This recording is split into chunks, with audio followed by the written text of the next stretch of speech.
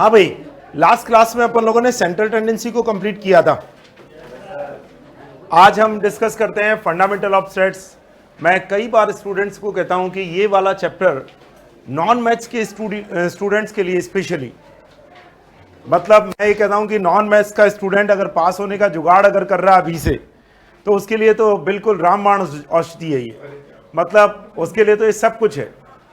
मतलब 40 में से 8 मार्क्स के क्वेश्चन बहुत कम एफर्ट में आ जाना तो अपने आप में स्पेशल हो गया ना ये तो, और बिना किसी मैथमेटिकल कैलकुलेशन के, ये तो और अच्छा हो गया। Yes, good morning all of. Yes yes, very good, good morning. तो आप सबको इसीलिए मैं कहता हूं कि ये वाला चैप्टर कभी भी किसी भी हालात में अगर हमें कत्ल की रात को बैठ के रटना भी पड़े तो रटना चाहिए, ऐसा वाला चैप्टर है। लेकिन अगर आप मेरे साथ साथ करते जाएंगे तो इसमें एक बेस्ट अपॉर्चुनिटी बता देता हूं कि आपको रटने की जरूरत नहीं पड़ेगी। यस, और इसके लिए एक पूरा थीम स्ट्रक्चर आपके दिमाग में समझ में आना चाहिए कि स्टैट्स होता क्या है, हम स्टैट्स में करते क्या है। तो एक्चुअल में स्टैट्स में जब वर्किंग की बात आती है तो ये ओरिजिनेट कहां से हुआ। 1789 में मिस्टर गॉटफ्राइड एकेनवाल, ये जर्मनी के थे, तो पहली बार इस वर्ड को इन्होंने इंट्रोड्यूस किया। और उस समय दुनिया का ज्योग्राफिकल स्ट्रक्चर किस तरह का था, सब जगह छोटी छोटी स्टेट बनी हुई थी। वहां पर एक भाई जिसको राजा बोलते हैं, किंग, वो वहां राज करता था, जस्ट भाईगिरी वाला काम करता था। वो क्या करता था, वो वहां पर जो रहने वाली पॉपुलेशन होती थी उस पॉपुलेशन को दूसरी स्टेट के भाई से, किंग से डर दिखाते हुए उनकी सेफ्टी का वादा करता था। और उसके लिए वो सेफ्टी तो अल्टीमेटली खुद की कर रहा होता था, लेकिन सबको अश्योर करता था कि मैं आपको सुरक्षा प्रदान करूंगा।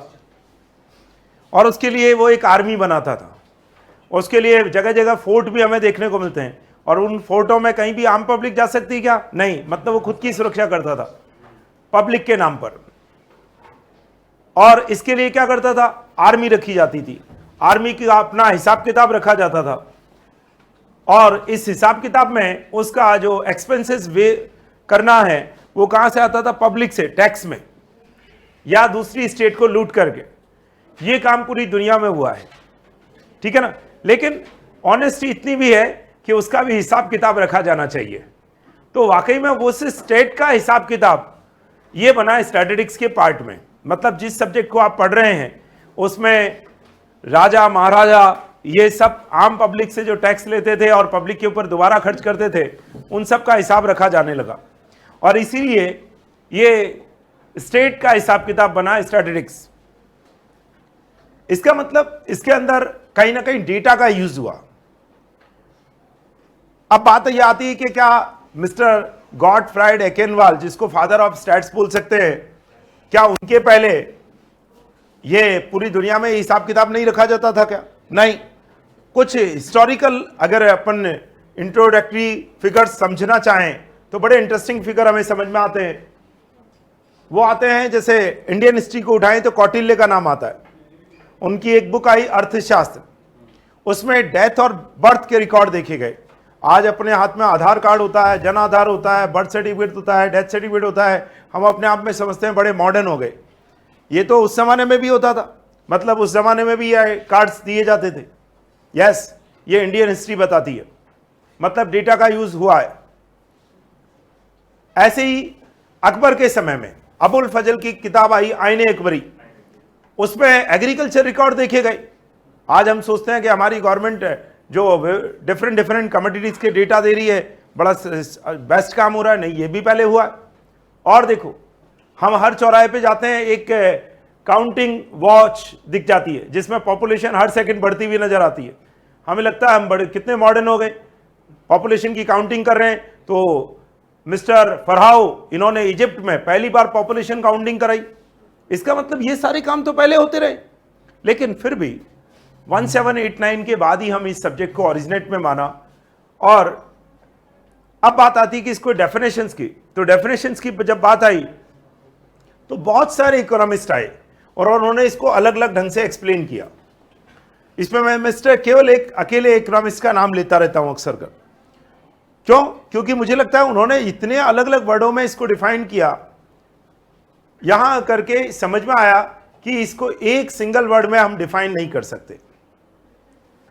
जैसे आप इकोनॉमिक्स को करते हैं साइंस ऑफ मनी, धन का विज्ञान, ऐसे हम कोई सिंगल वर्ड में इसको नहीं बता सकते। क्यों? क्योंकि मिस्टर बाउले जो इकोनॉमिस्ट थे, उन्होंने कई ढंग से इसको कैसे बताया कि statistics is a science of collection of data, data को इकट्ठा करने का साइंस है। Statistics is a science of calculation of data, data को कैलकुलेट करने का साइंस है ये।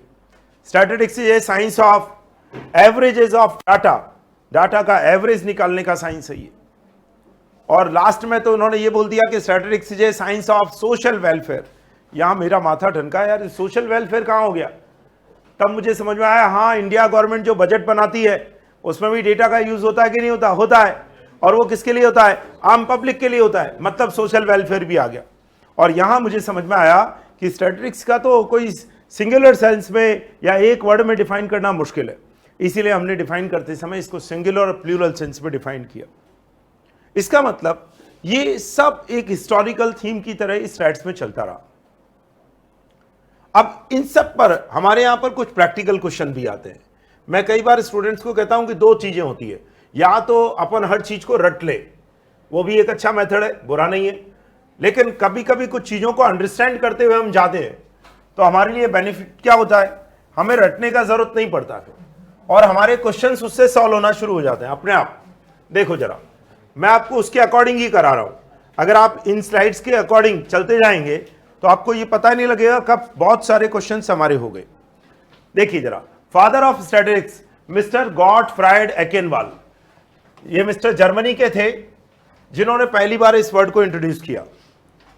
ठीक है, अब according to different sources origination of statistics is assumed as, ये वर्ड आज जो चल रहा है इसका ओरिजिनेट कहां से हुआ ये कोई फाइनल नहीं है, इसलिए 4-5 अलग अलग लैंग्वेज में नाम दिए गए, जैसे फ्रेंच, लैटिन, जर्मन, इटालियन।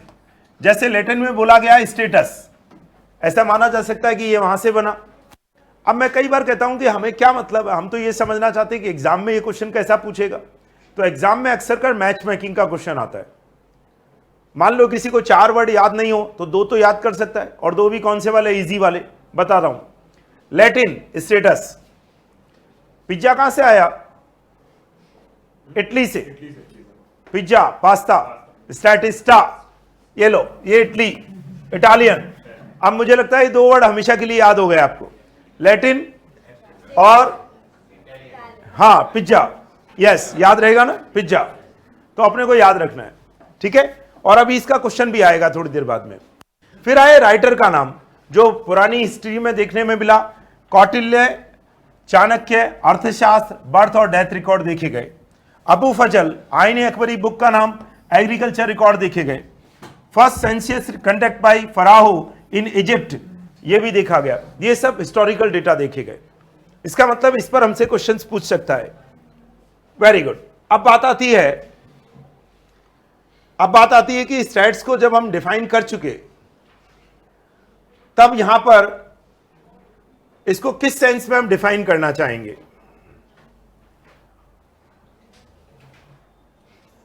देखिए जरा, statistics is defined in two way. Singular sense में क्या क्या आया? साइंटिफिक मेथड ऑफ कलेक्शन के साइंटिफिक मेथड आए इसमें। संचित, इस चैप्टर से एग्जाम में कितने क्वेश्चन आते हैं? सबसे ज्यादा। सही है ना? ये सच है, सबसे ज्यादा इसी चैप्टर से क्वेश्चन आते हैं, ध्यान रखना। इसलिए बड़ा स्कोरिंग है, इसलिए नींद आने के बाद भी बार बार मुंह पे पानी छींटते हुए आप देखेंगे इसको। Yes, scientific method of collection, analysis and presentation of data to draw statistical inference, ये सारी चीजें सिंगुलर सेंस। फिर आया प्लूरल सेंस में क्वांटिटेटिव, और यहीं पर ब्रैकेट में डालो numerical.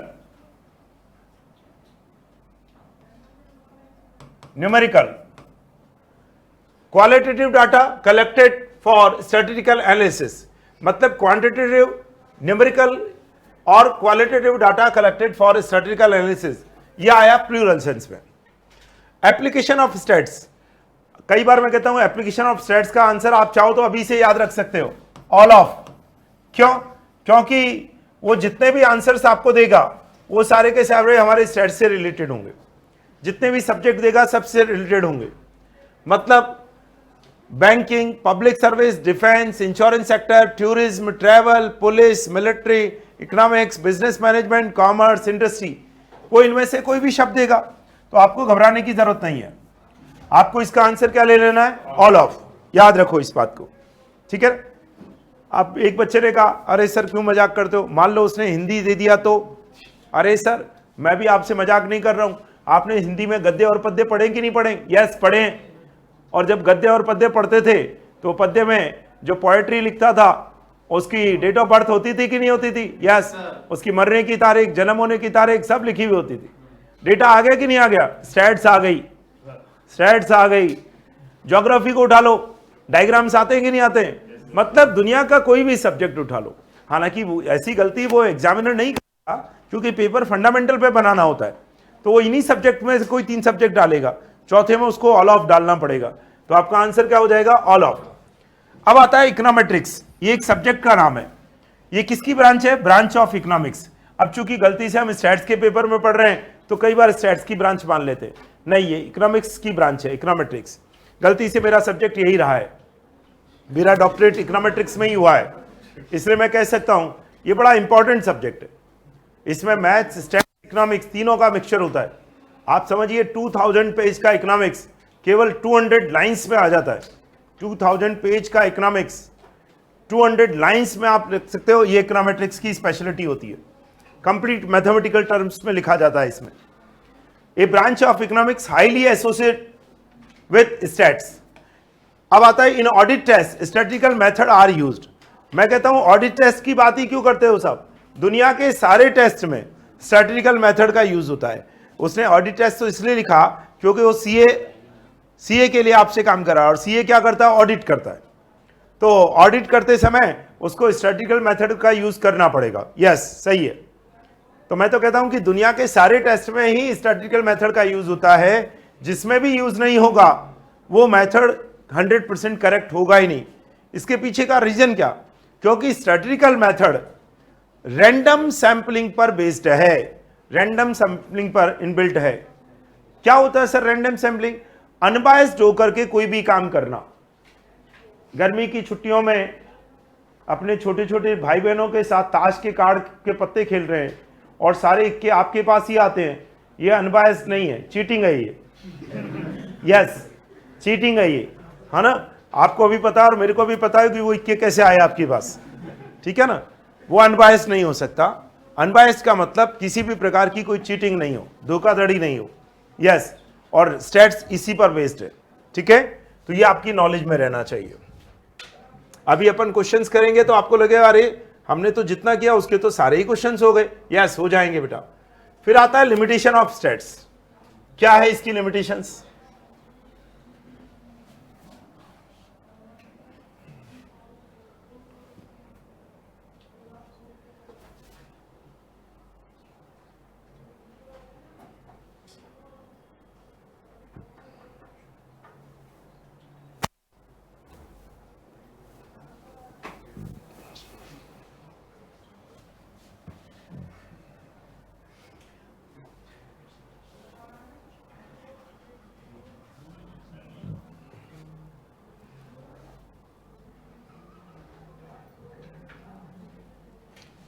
Limitation of statistics deals with aggregate, मतलब ये अकेले के बारे में बात नहीं करता। राम की हाइट कोई वैल्यू नहीं रखती जब तक श्याम, सीता, गीता, मोनू, कालू, लालू इन सब की हाइट नहीं बोली जाए, ठीक है ना? मतलब पूरे क्लास के बच्चों की हाइट नहीं बोली जाए तब तक एक की हाइट से कोई मतलब नहीं है। मतलब single data is not a statistics. Qualitative data can only be used after converting into A quantitative data. मैं कितना ऑनेस्ट हूं, मैं कितना भूखा हूं, नहीं, लेकिन अगर मुझे पता लग जाए कि मैं 4 रोटी की मुझे भूख है, नंबर पता लग जाए, तो मैं इसको डिफाइन कर सकता हूं। नहीं तो आप कितने भी ऑनेस्ट हो, इसके बारे में कोई एक्सप्लेनेशन नहीं हो सकता, आप तो ऑनेस्ट ही हो सर। Yes, future projections are possible under a specific set of condition. क्या मतलब हुआ? फ्यूचर प्रोजेक्शंस, आप जो भी प्रोडिक्शन देना चाहते हैं वो एक possible under set of specific set of condition में ही पॉसिबल है। जैसे सोचो, अगर मान लो मैं ये बोलना शुरू करूं कि जयपुर के दुर्गापुरा के चिस चौराहे पर हमारा इंस्टीट्यूट चलता है, और मैं आज की सिचुएशन के हिसाब से इसको प्रेजेंट करूं कि यहां पर एक maximum number of student, CA का स्टूडेंट यहां पर पढ़ता है, ऐसा ही चलता रहा तो 10 साल बाद यहां पर बहुत सारे एजुकेशनल इंस्टीट्यूट होंगे, बहुत सारे पीजी होंगे, बहुत सारी स्टूडेंट फैसिलिटीज होंगी, ऐसा मैं बोल सकता हूं अगर आज के हिसाब से चलता है तो। लेकिन पता लगता है कि दूसरे दिन ही गवर्नमेंट की कोई एक पॉलिसी आ गई और यहां पर बहुत सारे रेस्ट्रिक्शन लग गए। इस दुर्गापुरा के चौराहे पर जयपुर शहर के 4-5 स्पेशल भाई लोग आके बैठने लग गए और वो आने जाने वाले सब स्टूडेंट से हफ्ता वसूली का काम करने लग गए। तो जो मैंने अजम्पशन किया वो सही होगा क्या? नहीं होगा। इसका मतलब ये स्पेसिफिक सेट ऑफ कंडीशन पर ही बेस्ड होता है। अगर वो सिचुएशन रहती है तब तक ही वो प्रोडक्शन सही हो सकता है, नहीं तो वो बदल जाएगा। The theory of statistical inference is built upon random sampling. हम जो भी एनालिसिस करते हैं स्टैटिस्टिकल एनालिसिस, वो किस पर बेस्ड होता है? रैंडम सैंपलिंग पर बेस्ड होता है, मतलब अनबायस्ड होकर के जो हम काम करते हैं उस पर बेस्ड होता है। ठीक है ना? बायस्ड होकर करेंगे तो होगा क्या? नहीं। मान लो आप सब ऑनलाइन वाले स्टूडेंट घर पर बैठे हैं, आजकल पिछले 2 साल से घर पे ही बैठे हैं हम कोरोना के कारण, और इस साल उनके परसेंटेज में अचानक बड़ा चेंज देखा जा रहा है आजकल। क्यों? क्योंकि लास्ट 2 ईयर से हम कैमरे के सामने ही रहे या हम स्क्रीन के सामने ही रहे, तो पेपर भी हमने अपनी मर्जी के साथ ही सेलिब्रेट किया और उसके अकॉर्डिंग सोचा जाए कि रिजल्ट बेस्ट हो जाएगा, नहीं होगा। इसीलिए कहा है अनबायस्ड तरीके से काम होना चाहिए। आप अपने आप में भी अगर चीटिंग करते हैं, फॉल्स, रॉन्ग हो गए। एग्जाम में पास होने की स्ट्रेटजी उसी समय बन जाती है जब आप एग्जाम देते हैं, आप उसके लिए प्रिपरेशन करते हैं। अगर वो अनबायस्ड है देन फाइनल कोई नहीं रोक सकता। If the rules for random sampling are not strictly adhered to the conclusion drawn in the basis of these unrepresentative sample whose be erroneous। क्या मतलब हुआ? आपने जो रूल्स बनाए कि मैं अनबायस्ड होकर काम करूंगा, मैं बिना चीटिंग के काम करूंगा, और आपने उन्हीं को ब्रेक कर दिया, तो आपका रिजल्ट सही होगा क्या? नहीं होगा, वो एरोनियस होगा, मतलब एरर के साथ होगा। ठीक है?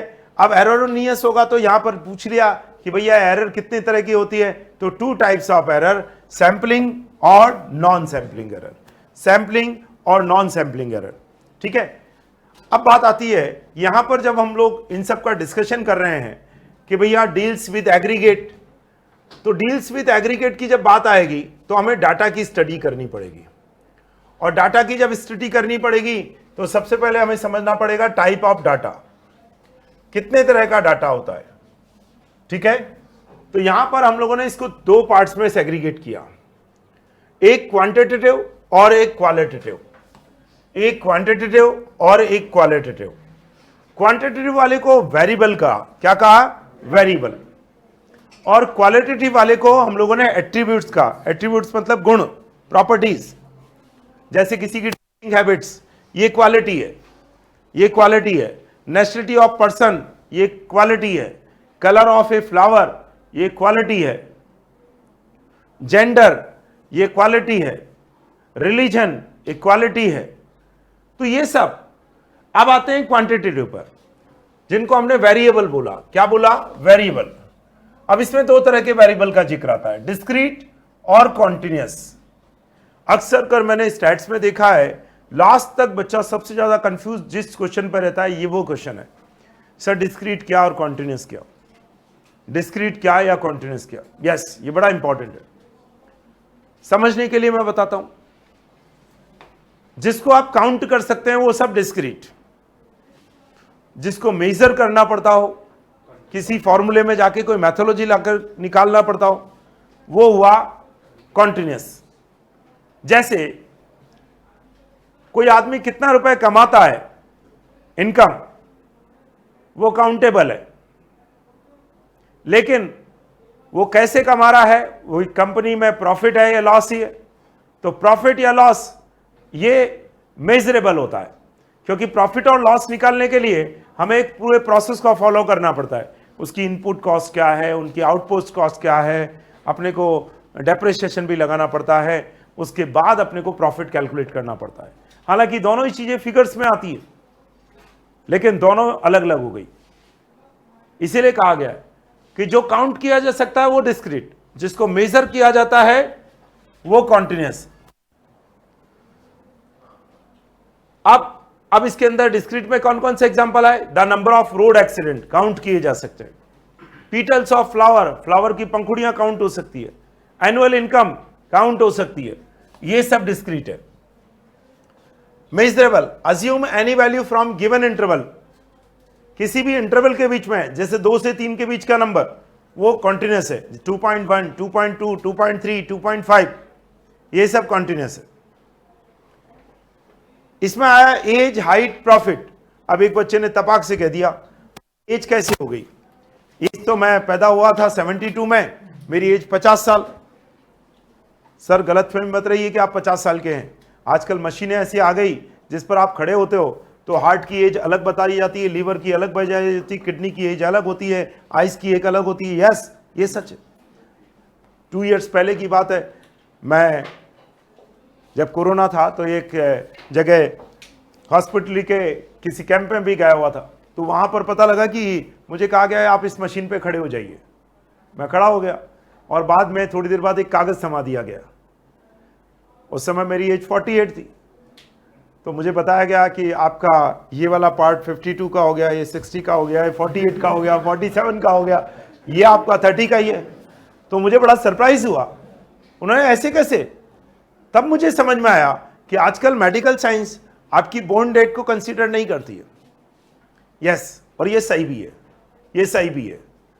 आज की तारीख में आपके पास जो आइटम्स इस बॉडी पार्ट में है जिनको आपने नहीं देखा, उसकी एज क्या है, वो कितने सही हैं, वो कितने सही है। कई बार हम कहते हैं ना हार्ट फेल हो गया, हार्ट डैमेज हो गया, इसका क्या मतलब? अगर उसकी एज 100 साल है तो हार्ट डैमेज मतलब 98 गया, 2 बचा, ऐसा। तब जाकर समझ आता है कि वाकई में एज मेजरेबल पार्ट है। हाइट फीता लेकर मेजर करना पड़ता है। प्रॉफिट मेजरेबल पार्ट है। तो जितने भी कॉन्टिन्यूअस वेरिएबल बने ये सब मेजरेबल बने। तो अपने को यहां पर फंडामेंटली समझना चाहिए। कई बार मैं कहता हूं इसको समझाने के लिए, लेकिन क्या होता है जिसको समझाया वही आपकी आकर बाद में गर्दन पकड़ेगा, सर आपने कहा था ना उस समय। अरे समझाने के लिए विद रेस्पेक्ट टू टाइम जिसमें चेंज नहीं होता हो वो डिस्क्रीट हो गया, चेंज होता हो वो कॉन्टिन्यूअस हो गया। जैसे आपकी किताब में number of printing mistake fix है ना, एक रात में भगवान जी के आगे रखी तो कम या ज्यादा तो नहीं होगी ना, मतलब वो उतनी रहेगी जब तक रीप्रिंट में ना जाए, रीप्रिंट में ना जाए। इसका मतलब वो हुआ डिस्क्रीट। लेकिन एज है, हाइट है, वेट है, ये सब क्या होते हैं, लगातार चेंज होते हैं, कॉन्टिन्यूअस वेरिएबल। अब आपने अभी जितना पढ़ा, आप चाहें तो इनके क्वेश्चंस पर अपन काम कर सकते हैं और आपको लगेगा कि अगर आप क्वेश्चन पे जाओगे तो आपको ये सारे क्वेश्चंस अभी होते हुए दिखाई देंगे। यस, इसीलिए मैंने आज आपको पैटर्न दूसरा करते हुए इसको डिलीवर करना शुरू किया। देखो जरा क्वेश्चंस पे काम करते हैं। यस, सबसे पहला क्वेश्चन आपके पास आया, which of the following statement is false. False की बात कर रहा है, सही की बात नहीं कर रहा है। लैटिन स्टेटस सही है, इटालियन स्टेटिस्टा सही है, फ्रेंच गड़बड़ है, हटाओ उसको, ये रॉन्ग है, ये रॉन्ग है। The first census survey was conduct by Pharaoh. Pharaoh. अब याद करो, मैच मेकिंग का क्वेश्चन आ गया। मैंने कहा था 2 चीजें याद रखना। लैटिन क्या स्टेटस, मतलब B3 होना चाहिए। B3 किसमें, इसमें है क्या, इसमें है क्या, इसमें है क्या, हो गया सेलिब्रेशन। मैंने कहा ना केवल एक चीज सर्च किया अभी तो हमने। अब दूसरी चीज पकड़ते हैं, इटालियन C1। C1 किसमें है, तो C1 यहां नहीं है, यहां नहीं है, यहां है और यहां है, दो जगह है। लेकिन आपने देखा उसको कंफर्म किसने कर दिया? लैटिन ने कंफर्म कर दिया। इसलिए मैंने कहा ना, दो चीजें याद रखो, दो याद रखने से वही गलती नहीं होगी। फिर आइए स्टैटिस्टिक्स इज डिफाइंड टर्म और न्यूमेरिकल। न्यूमेरिकल कब आया था? प्लूरल में। किसमें आया था? प्लूरल में। मैंने लिखवाया भी था आपको। यस, ऑनलाइन वाले भी कर रहे हैं साथ में क्वेश्चंस। यस, मैंने कहा ना रटने का जरूरत नहीं पड़ेगा मेरी क्लास में, आप अगर इस समय साथ में करेंगे तो। ठीक है, फिर आइए स्टैटिस्टिक्स कंसर्न विद, किससे कंसर्न करता है? दोनों से करता है भैया, क्वालिटेटिव और क्वांटिटी दोनों से कंसर्न करता है। Statistics applied in all of these. Yes, याद आ गया क्वेश्चन का आंसर क्या आएगा? All of these. बात समझ में आ गई? यस, संचित, संजना, सान्या, यस, जो दिख रहे हैं मुझे। और भी कोई है क्या? हाँ, बहुत सारे बच्चे थे। अभिषेक, सृष्टि, अनुज, कल्पना, और भी कोई है? और कौन है? कुनिक। ठीक है, यस, कर रहे हैं सब। वेरी गुड, क्वेश्चंस हो गए। चलो, वेरी गुड। मतलब अब लगता है इनको दोबारा पढ़ने की जरूरत पड़ेगी? नहीं पड़ेगी। यस, हमने इनको इसी ढंग से किया अभी। चलो, पधारो आगे। In audit test statistical method are not used. ओहो, झूठ बोल रहा है। तो हमने तो कहा था, हमने तो दुनिया के सारे टेस्ट में कहा था होना चाहिए, ये तो झूठ बोल रहा है। The number of error two sampling और non sampling. Yes, an attribute is attribute qualitative, an annual income discrete. Discrete अभी पढ़ा हमने। Marks of a student discrete, marks of a student discrete. अब एक बच्चे मुझे कहा, पता है सर मेरे तो 4.5 मार्क्स आए। मैंने कहा नालायक, तेरे नंबर बहुत कम आए। अरे नहीं सर, मैं इसलिए नहीं कह रहा हूं, मेरे मार्क्स 4.5 आए, आपने डिस्क्रीट कहा ना, ये तो पॉइंट में नंबर है। तो मैंने कहा दुनिया के किसी भी मार्कशीट में 4.5 लिखा हुआ नहीं जाता। नहीं सर, हमारे स्कूल में तो जाते हैं, भेजते हैं, फर्स्ट टेस्ट के नंबर ऐसे ही भेजते हैं। मैंने कहा वो स्कूल बेकार है, छोड़ दे अभी तो। क्यों? क्योंकि वो स्कूल इगोइस्ट होके काम कर रहा है, स्टेट्स के रूल्स फॉलो नहीं कर रहा है, छोड़ दे भैया अभी से।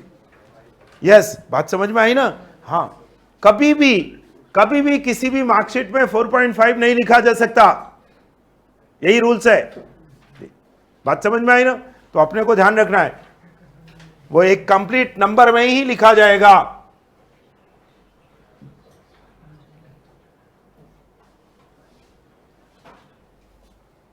चलिए पधारिए आगे, क्वेश्चंस कर रहे हैं ना।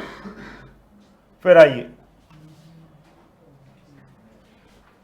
फिर बोला nationality of student attribute, drinking habit attribute, age of person continuous, age of person continuous. Yes,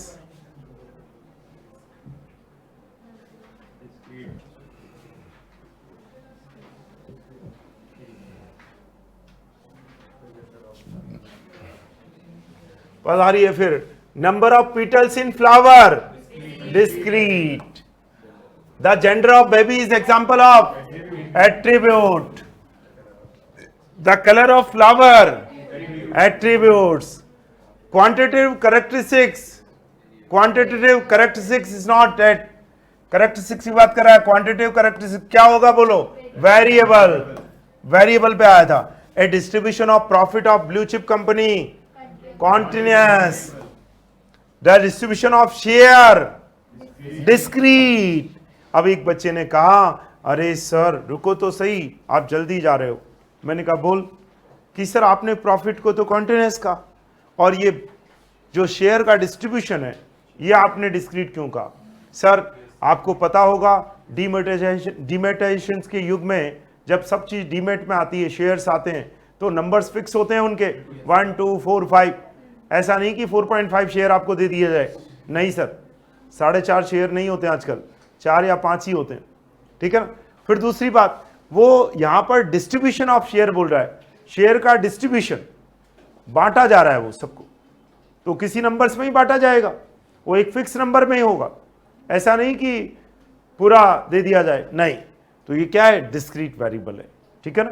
तो अपने को हर चीज को बहुत अच्छे से समझना है, उसके बाद ही आंसर करना है, ठीक है। अब बताइए कर सकते हैं कि नहीं कर सकते। चलो अब आपको ध्यान में आ गया कि इस तरह से अगर आप पढ़ोगे इस पूरी चैप्टर को, तो जब तक आप पढ़ोगे तब तक तो सारे क्वेश्चंस आपके हो जाएंगे। यस, ठीक है। चलिए अब आइए डाटा पर,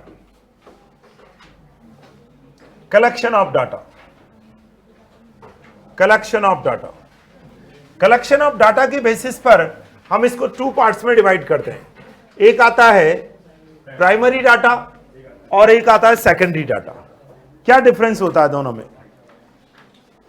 collected for the first time, जो पहली बार आ रहा हो, जो फर्स्ट टाइम आ रहा हो, ताजा ताजा।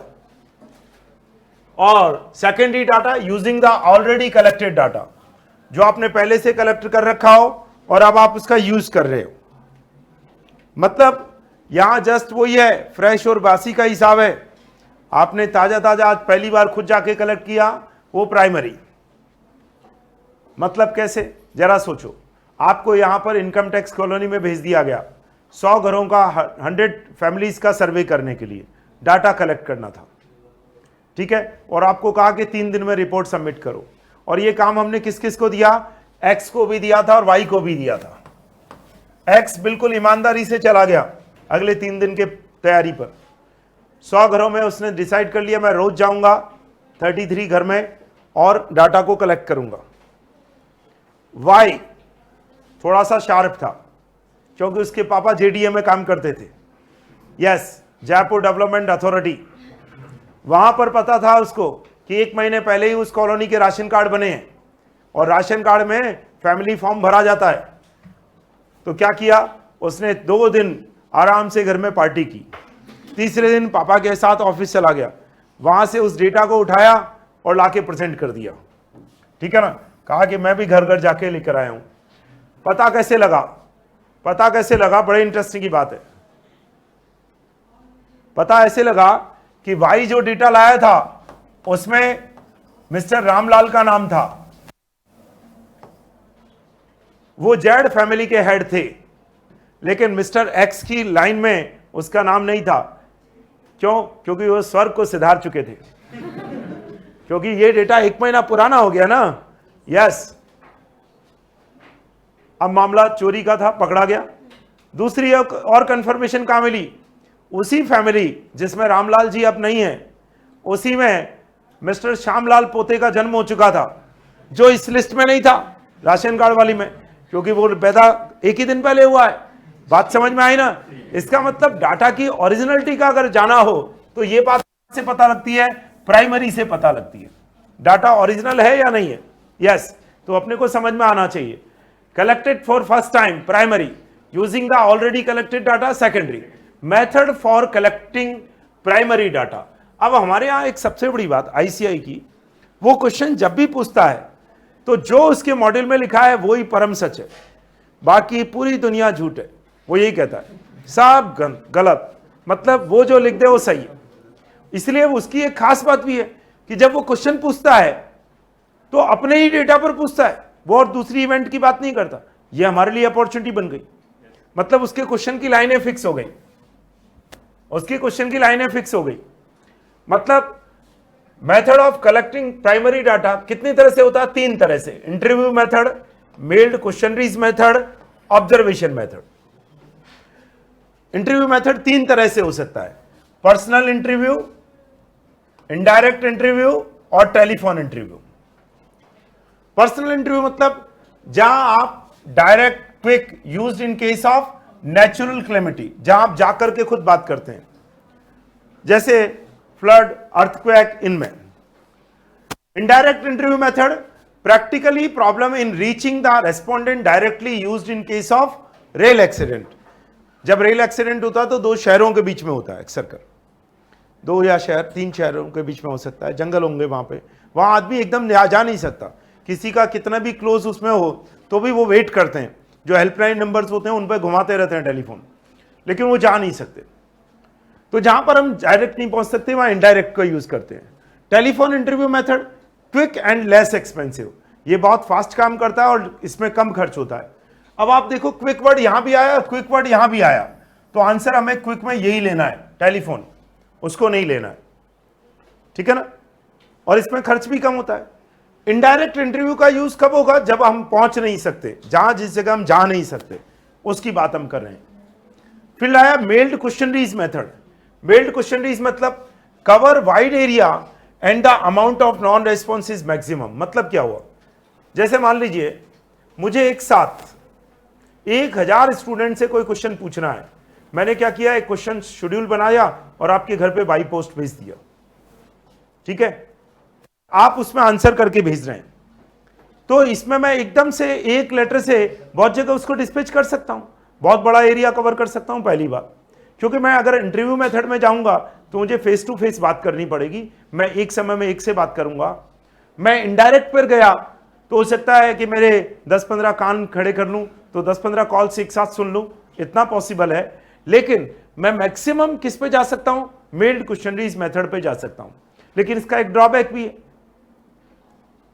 इसमें नॉन रेस्पॉन्स मैक्सिमम हो जाएगा, क्योंकि जरूरी नहीं कि सामने वाला जवाब दे। जैसे सोचो आप मेरे सामने बैठे हैं, चेहरा अच्छा है, मैंने इनसे क्वेश्चन पूछना शुरू कर दिया, इन्होंने भी मुस्कुराते हुए जवाब देना शुरू कर लिया, तो मैं बहुत ज्यादा पर्सनल हो गया। तो मैंने क्या किया, इनसे इनकी लाइफ के बारे में पूछना शुरू कर दिया।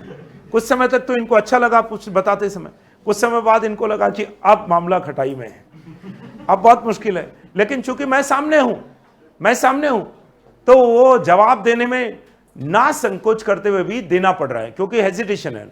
उनको लगेगा यार मैं जवाब नहीं दूंगा तो सर को कैसा लगेगा। लेकिन क्या था, गलती से मेरे पास इनका टेलीफोन नंबर भी था, लेकिन इनके पास मेरा नंबर नहीं था। मैंने क्या किया, इनको फोन मिलाया, हाँ भाई रामलाल क्या हाल है तेरे? बढ़िया, आज क्लास में नहीं आया तू? इन्होंने आराम से सुना मेरी, तब तक इन्होंने समझ लिया कि स्टैट्स वाले सुनील सर हैं। फिर क्या किया, तब तक ये, अरे आज तू क्लास में नहीं आया, क्या बात है? हाँ सर वो मेरी तबीयत खराब थी। अच्छा क्या हुआ, तबीयत खराब हो? अब इसको लगा अब जवाब देना भारी है। हाँ सर वो सिग्नल नहीं आ रहा, आवाज नहीं आ रही है, कट, खत्म, मामला हो गया। नॉन रेस्पॉन्स बढ़ गया, नॉन रेस्पॉन्स बढ़ गया। अब क्या हुआ, मैंने भी इस रामलाल का पीछा नहीं छोड़ना था, तो ये घर चला गया छुट्टियों में। वहां क्या किया, इसके घर पे एक चिट्ठी पोस्ट कर दी। अब क्या हुआ, मैंने कहा जवाब दो, आंसर करेगा। अब इसकी मम्मी ने इसको कहा, अरे तुम्हारे वहां स्टेट्स वाले सर की एक चिट्ठी आई है, अच्छा एक काम करो डस्टबिन में फेंक दो। मतलब समझ में आया, नॉन रेस्पॉन्स मैक्सिमम हो गया, क्योंकि मैं कुछ नहीं कर सकता इसका, सामने होता तो देख लेता मैं इसका। समझ में आती बात? इसका मतलब amount of non response maximum हो जाएगा। बात समझ में आ गई? तो ये सब चीजें बढ़ती है। Observation method, data collected directly by observation और with the help of instrument like height, weight, ये सारे के सारे, ठीक है ना। तो ये सारी की सारी चीजें इसमें आती है। अब दूसरा बचता है सेकेंडरी डाटा। सेकेंडरी डाटा की बात करते हैं हम। Source of secondary data, source of secondary data. मैं कहता हूं कि सोर्स ऑफ सेकेंडरी डाटा में जितने भी पब्लिश्ड हैं और जितने भी अनपब्लिश्ड हैं वो सब इसके सोर्स बनते हैं। लेकिन सबसे इंपॉर्टेंट सोर्स की बात अगर कोई पूछे तो वो कहलाता है गवर्नमेंट सोर्स, सबसे इंपॉर्टेंट और सबसे लार्जर भी है। अब जैसा मैंने बच्चों को पढ़ाया, बच्चे इतने ऑनेस्ट हैं कि जैसा मैं बोलता हूं वो याद कर लेते हैं। ठीक है सर आपकी बात हम मानेंगे, सबसे बड़ा सोर्स और सबसे इंपॉर्टेंट सोर्स कौन है? Government source. अब एग्जामिनर मेरे वो भी इतनी वैल्यू करता है कि जैसा मैं क्लास में बोलता हूं वो एग्जाम में भी पूछ लेता है। अब उसने ए ऑप्शन में दिया गवर्नमेंट सोर्स, बी ऑप्शन में दिया गवर्नमेंट और इंटरनेशनल सोर्स, सी ऑप्शन में दिया गवर्नमेंट, इंटरनेशनल और इंटरनेट, और डी ऑप्शन में दिया नन ऑफ दीज। और बच्चे इतने प्यारे हैं कि उन्होंने कहा था यस याद रखा है सर गवर्नमेंट सोर्स, आंसर पक्का है, ये आंसर करके आ गए। सही है क्या? नहीं है। अरे यार बड़े में थोड़ा और मिला दिया तो और बड़ा हो गया कि नहीं हो गया? तो भैया इस दिमाग का यूज करो।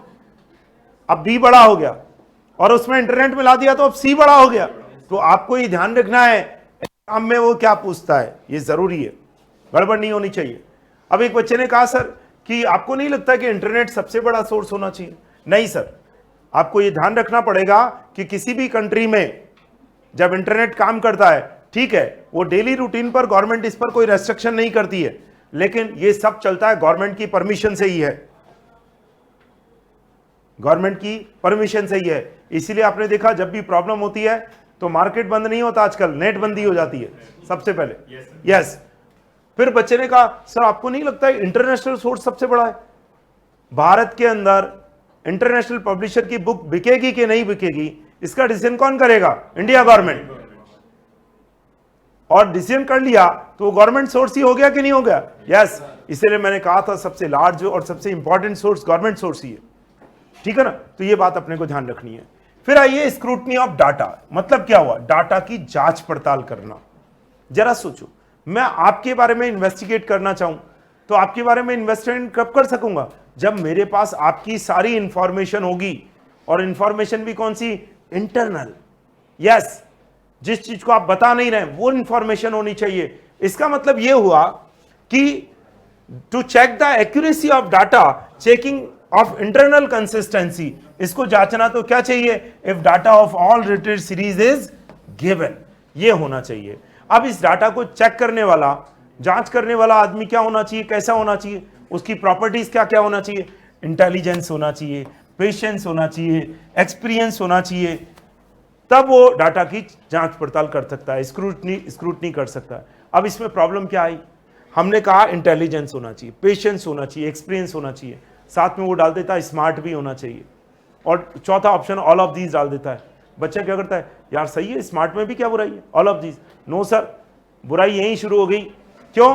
क्योंकि आईसीआई ने यही वर्ड लिखे, आपने अपनी तरफ से वर्ड यूज कर दिए तो गड़बड़ हो जाएगी। और ऐसा क्वेश्चन हमारे यहां है। यस, जहां देखना चाहो तो जाओ जरा 40 पर, है क्या ऐसा क्वेश्चन? बिल्कुल ऐसा ही क्वेश्चन है, यही क्वेश्चन पूछ रहा है। अब बच्चे क्या करते हैं? अपना दिमाग लगाना शुरू कर देते हैं, अरे सर ये ले लेते हैं। नहीं सर, अलाउ नहीं है, ठीक है ना? अब आपको चांस मैं देता हूं, क्वेश्चन नंबर 21 से शुरू हो जाओ 40 तक। अब आप कर सकते हो, क्वेश्चन आप कर सकते हो। मतलब आज अपन ने जितना पढ़ा उसके सारे क्वेश्चन अभी करेंगे क्लासरूम में ही, अभी करने वाले हम सब। अब समझ में आ गया? आपको रटने की जरूरत किसी को नहीं पड़ेगी, ठीक है ना? यस, अभी करते हैं इनके आंसर्स।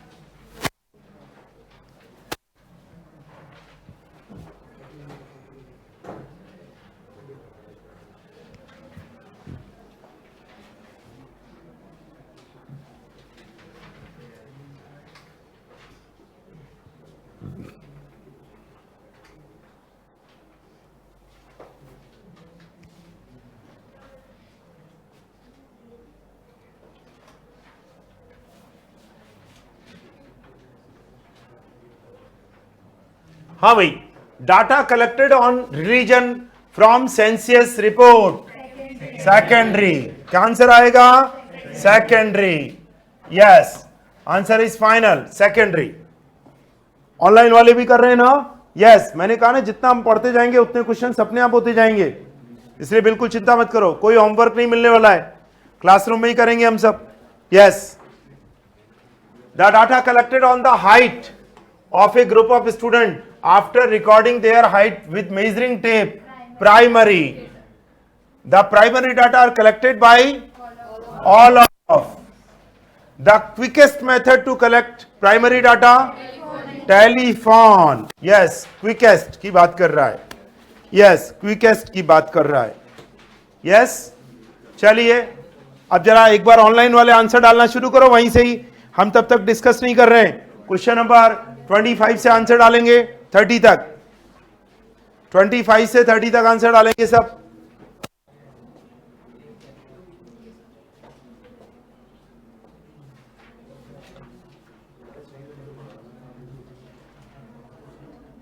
करो भाई फटाफट। सान्या, कुनिक, कल्पना, सृष्टि, संचित, करिए फटाफट क्वेश्चंस।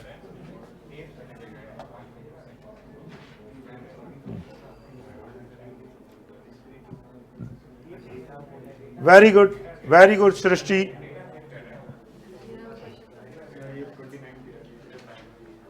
क्वेश्चन नंबर 25 क्या बोला 25 में? The best method of collected data in case of natural calamity, personal interview. देखो मैं आंसर से पहले उसको मार्क कर रहा हूं कि आंसर क्यों ले रहे हैं हम, ये जरूरी है। Yes, very good. चलिए, in case of rail accident, indirect interview. In case of rail accident, indirect interview, which method data collected cover the widest area? Mailed questionnaires. The amount of non-response is maximum. Mailed questionnaires. Some important source of secondary data, international and government source. Yes, बड़ा और बड़ा। Yes, answer समझ में आया? Yes, ठीक है। हाँ, अभी समझाया है सर मैंने आंसर। 29 का आंसर आपके पास आना चाहिए सबके पास। Very good. बड़ा नहीं और बड़ा चाहिए हमें, है ना। Internal consistency of the collected data can be check और a number of related series are given. लिख करके दिया हमने, अभी पढ़ाया हमने आपको। Yes sir. हाँ, आंसर एकदम क्लियर कट आना चाहिए। सान्या 29 का ए, यस करेक्ट। ठीक है, चलिए पधारी आगे। The accuracy and consistency of data can be verified by scrutiny. In case of earthquake, personal interview. While editing primary data, we should only see the information content. Questionnaires complete होनी चाहिए, consist होनी चाहिए, accurate होनी चाहिए। All of the data are known to be, data is being already collected. Secondary, the data collected on minority from census report. Secondary, और ये examiner का इतना फेवरेट क्वेश्चन है कि आप देखो सेंसियस रिपोर्ट के कितने क्वेश्चन आ रहे हैं। Data collected on sex ratio from census report. Data collected on the weight of a group of student after recording weight with weighing machine. Primary weighing machine से यूज कर रहे हो आप। यस, ठीक है। चलिए, the data obtained by the internet, secondary. Indirect oral investigation, not possible or desirable to approach informant directly, जहां हम पहुंच नहीं सकते। The qualities required for scrutiny the given information, intelligence होना चाहिए। ऐसा नहीं कि आप ऑल ऑफ को सेलिब्रेट कर दो, वो आपको सेलिब्रेट कर देगा। यस, ठीक है ना। तो क्वेश्चन का आंसर कैसे लेना है ये आपको पता लग गया। कोई डाउट? अब आपको जितने कराए उतने आप कर लो। 40 तक का काम करना है बस, और कुछ नहीं करना है। बाकी कल डिस्कस करेंगे, कल सोचेंगे। कंप्लीट करें आज की क्लास को। चलो भाई, बहुत बढ़िया।